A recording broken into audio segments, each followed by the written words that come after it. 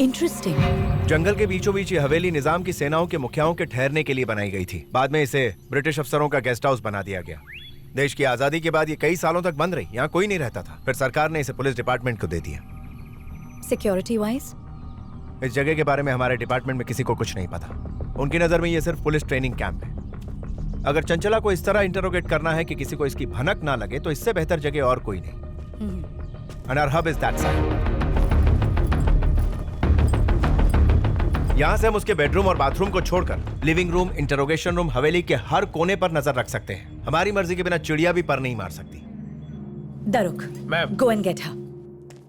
Mister Sampat, thanks for everything. My pleasure ma'am. अगर तुम साथ रहोगे तो चंचला बात नहीं करेगी, तो तुम्हारी ड्यूटी यहीं खत्म। Mister Jose, close the gate.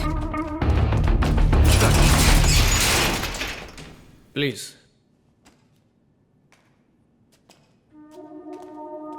Hello, Vaishnavi Natarajan, CBI. Please.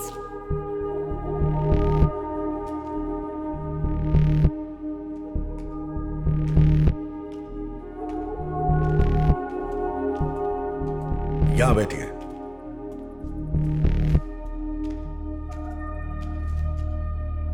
अगर तुम कोऑपरेट करोगी तो हम यहां से जल्दी जा सकते हैं, so please. Mister Daruk, voice clear and recording. Proceed.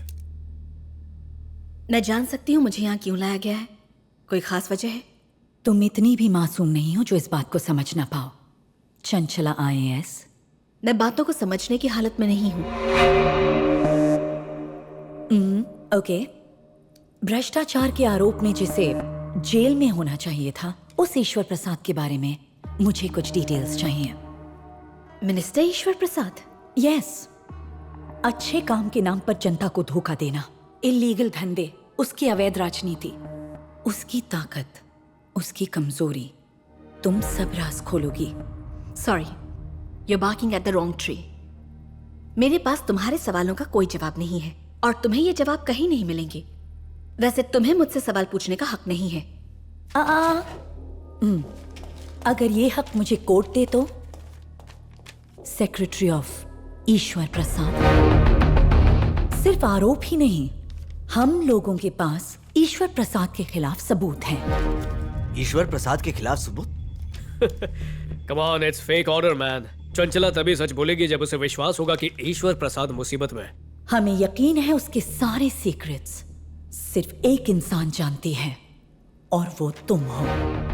So you have to answer all our questions. पूछो क्या पूछना है। ये समस्या मैं सीएम तक जरूर पहुंचाऊंगा। बात करने के। क्या कहा? एक मिनट सर, मुझे डाउट है कि आपके खिलाफ साजिश हो रही है। साजिश? जब से आपने मुझे अपना राजनीतिक वारिस घोषित किया है, तब से लोग आपको झूठे केस में फंसा रहे हैं। मैं सिर्फ जनता के लिए काम करता हूं और उनका साथ हमेशा हमारे साथ रहेगा। अगर भगवान भी हमारा साथ छोड़कर हमें अनाथ कर दे, फिर भी ये जनता हमें जरूर बचाएगी। डरो मत। बात वो नहीं है सर। पता नहीं तुम्हें ईश्वर प्रसाद के खिलाफ किस तरह के सबूत मिले हैं, पर वो सबूत झूठे हैं। क्या सच है क्या झूठ है, इसका फैसला हम करेंगे। Got it? तुमने दूसरी बार भी ईश्वर प्रसाद की पर्सनल सेक्रेटरी बनने का फैसला क्यों किया चंचला? क्या रिश्ता था तुम्हारा? पहले मैं एडमिनिस्ट्रेटिव डिपार्टमेंट में नहीं थी, बल्कि मुझे ईश्वर प्रसाद की पर्सनल सेक्रेटरी बनने की ड्यूटी मिली, जो मुझे बिल्कुल भी पसंद नहीं था। उनके साथ काम करके मुझे पता चला कि वो कितने महान इंसान हैं। ईश्वर प्रसाद ने अपना राजनीतिक सफर एक स्टूडेंट लीडर के रूप में शुरू किया। जब लोगों ने उनकी मेहनत, ईमानदारी और निष्ठा देखी, तो उन्हें पार्टी में बड़े बड़े पद सौंपे गए। उन्होंने अपने भाई तक को घर से बेदखल कर दिया जब उसने अपना काम निकालने के लिए उनके नाम का इस्तेमाल किया। उनकी इसी कैरेक्टर की वजह से मैं दूसरी बार उनकी पर्सनल सेक्रेटरी बनने के लिए इंस्पायर हुई। इन 10 सालों की सर्विस में क्या तुमने ईश्वर प्रसाद का कोई भी नेगेटिव साइड नहीं देखा? हाँ, देखा ना। लोगों की सेवा में अपने पत्नी और बच्चों का त्याग देना, गलत धंधे करके पैसे ना कमाना, अमेरिका में पढ़ रहे अपने बेटे का आज तक बैंक लोन चुकाना, गरीब जनता को अपने परिवार का हिस्सा मानना, अपनी बेटी को। लास्ट इलेक्शन में पार्टी फंड से 3 करोड़ रुपए एक्स्ट्रा खर्च किए गए थे। इलेक्शन कमीशन का रिकॉर्ड है मेरे पास। It's all false. दोबारा अच्छे से चेक कर लो। और फ्रेंड्स? हाँ, थे ना उनके फ्रेंड्स। उनके साथ ट्रैवल करने वाला पीए चारी, अजय और उनके 5 फॉलोअर्स। वही उनकी ताकत, दौलत और दुनिया है। अपने फ्री टाइम में कहाँ जाता है? Swiss, France, Italy? उन्हें देश के प्राचीन मंदिरों में जाने का बहुत शौक है, और अगर उनके पास वक्त कम हो तो वो अपने पसंदीदा फार्म हाउस जाते हैं। तो बताओ, भगवान उसके लिए भक्ति है या फिर कारोबार? I mean, वो मंदिर प्रभु की भक्ति करने जाता है या सिर्फ लोगों को दिखाने के लिए? प्रभु को पाने के लिए जाते हैं। Done for the day Chanchala. आराम कर लो, कल बात करेंगे।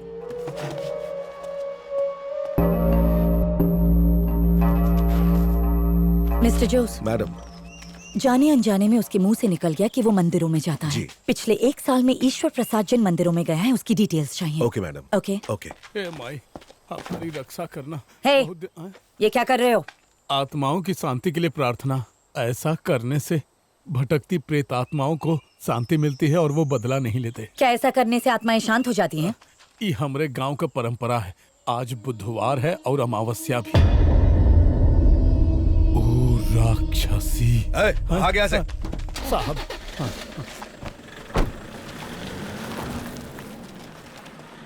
सुनो, सर। रात को चंचला की सिक्योरिटी की जिम्मेदारी तुम पर है। और सुभाष, तुम दोनों नॉनसेंस। मेरी जानकारी के बिना ना कोई अंदर आएगा ना ही कोई बाहर जाएगा। क्लियर? मेन डोर लॉक कर दो और इसे जीप में बिठाओ। जी सर।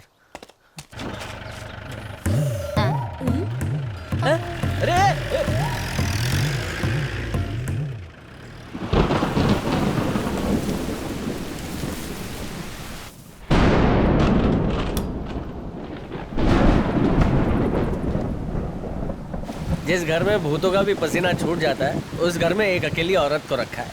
पता नहीं वो किस हाल में होगी। सुभाष, एक बात बता, क्या सच में भूत होते हैं? हाँ, होते हैं ना। उनमें से एक से तो मैंने शादी की है और दूसरा जो है वो मेरा ससुर है। ले गटक ले। भूत नहीं है मैडम। मैडम, बिजली नहीं है क्या? खतरनाक तूफान की वजह से बिजली के सारे तार कट गए हैं। बिजली ऑफिस वालों ने कहा कि कल तक बिजली आ जाएगी। और जनरेटर? उसका डीजल खत्म हो गया है। सारे कैमरे भी बंद पड़े हैं। मैडम, वॉचमैन की पत्नी ने खाना टेबल पर रख दिया है, याद से खा लीजिएगा।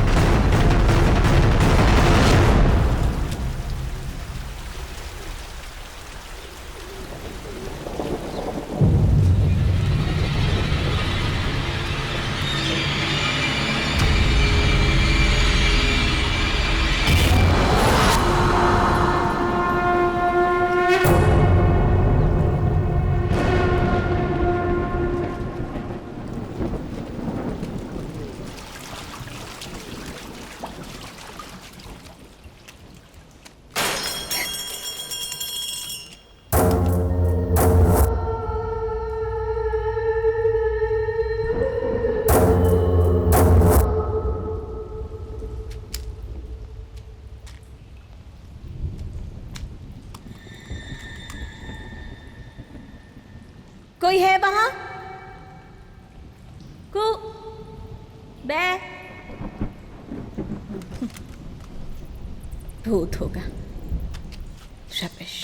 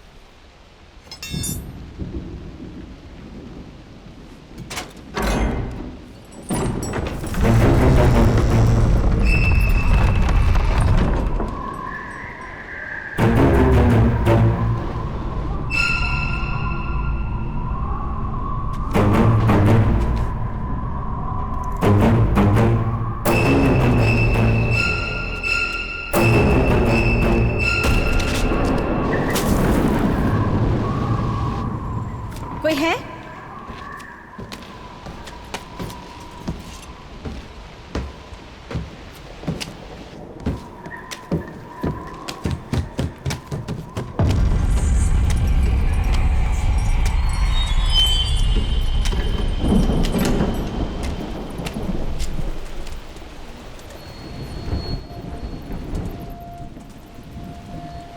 कौन है?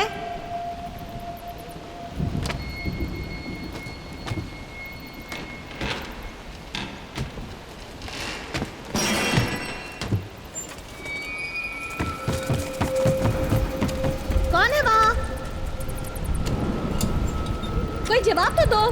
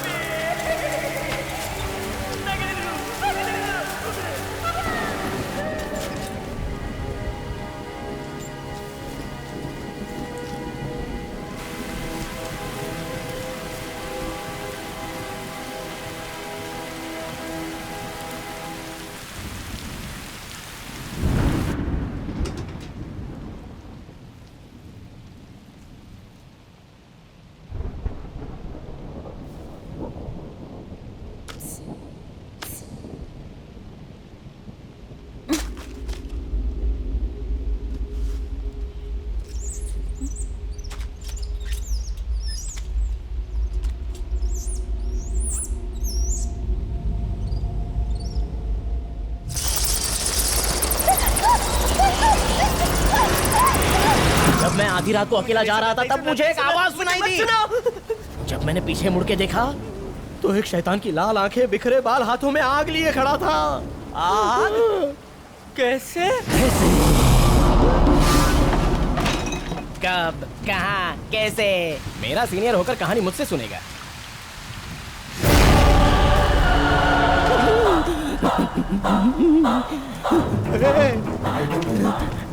उठो!